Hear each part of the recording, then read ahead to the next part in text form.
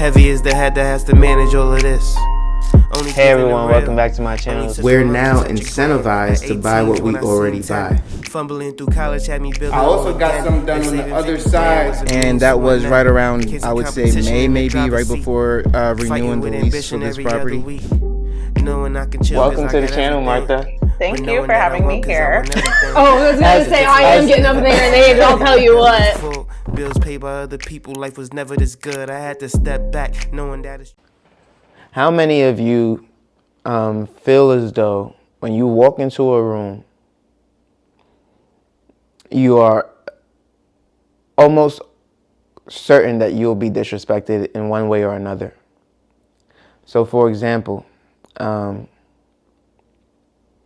you might be very qualified for a certain position or a job opportunity, but you're not necessarily thinking about those who are also qualified and maybe even have experience in that field already, and how that applies to you.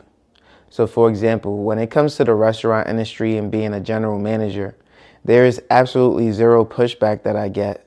They're looking to hire me. They're looking to have me as a part of their team. No questions asked. They want me to be a GM. They know my background. They know my experience. I don't even look for these jobs. They'll hit me up on LinkedIn. They'll hit me up everywhere. And they'll be saying, hey, you should apply for this role because we would love to have you as a GM for this store. And normally I thought age would be a factor, being 26 years of age. I thought that age would be a factor, but these people were hiring me when I was 22, 21. They see a young, educated individual, and they know that they don't have many of those in the restaurant industry. And they're saying, you know what, let's go ahead and work with this guy because he's going to give us everything that we need and everything that we want. And so that's what I was for a few years of my life. I was the workhorse of the restaurant industry. And I even tried to break into hotel management, and I did have some interviews as a hotel general manager. But none of those came to fruition. Now, with the hotel industry, it can be just as hard, if not harder, than the restaurant industry. With the long hours, paying people less than what they deserve, all those things are a part of the business.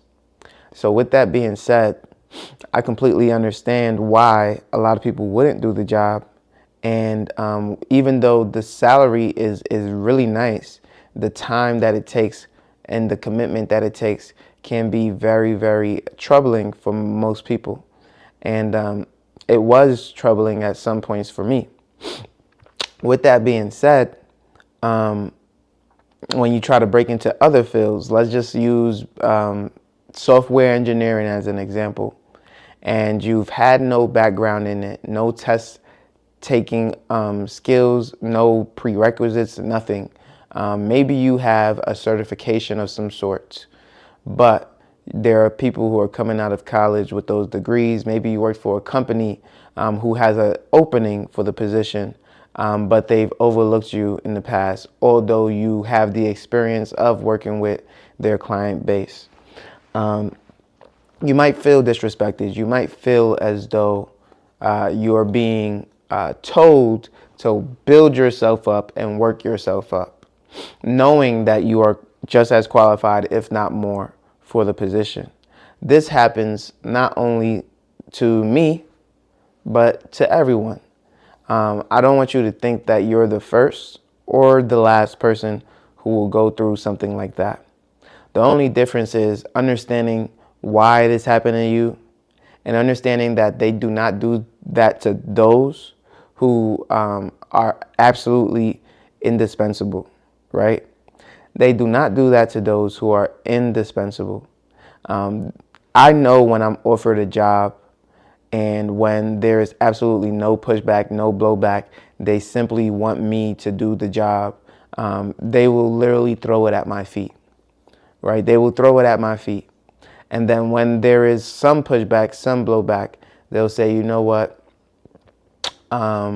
You were under consideration, but we found so-and-so that was slightly more aligned with the goals of the company. And sometimes it might just be, you know what, you have all the qualifications that we're looking for, but we don't think that you'll stay long enough with us. We don't think that we offer you anything that will entice you to stay long term. Maybe this opportunity is not as lucrative as you would like. And of course, money is always going to be a deciding factor when you have options. And so, I mean, with all those people looking for jobs now being replaced, being told that they're no longer necessary and needed, you have to start thinking to yourself, how valuable am I to my company? How much more valuable can I be or become? And how do I show the value that I possess and continue to build upon that value?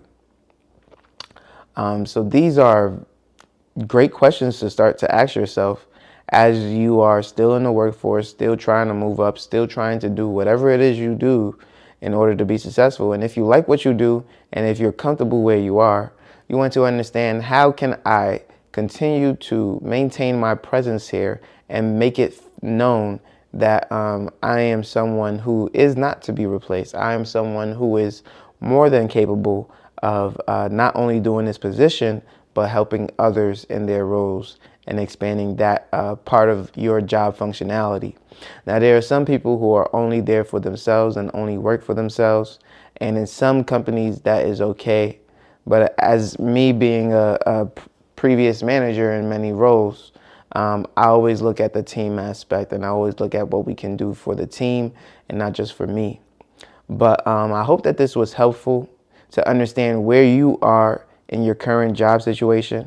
And the reason I'm talking about jobs more rather than investing is because there are a lot of layoffs going on, and you do want to be prepared, because the first most powerful wealth building tool that you will have in your arsenal is going to be your active income, the stuff that you work for. This is normally going to make more money than you do in investments for the first 10 to 20 years of your life. And so you definitely want to keep that active income active. And if you like this video, make sure you leave a like, comment, and subscribe to the channel. You know I post every single day at 8 a.m. daily on YouTube and on Rumble, and I can't wait to see you on the next one. Peace.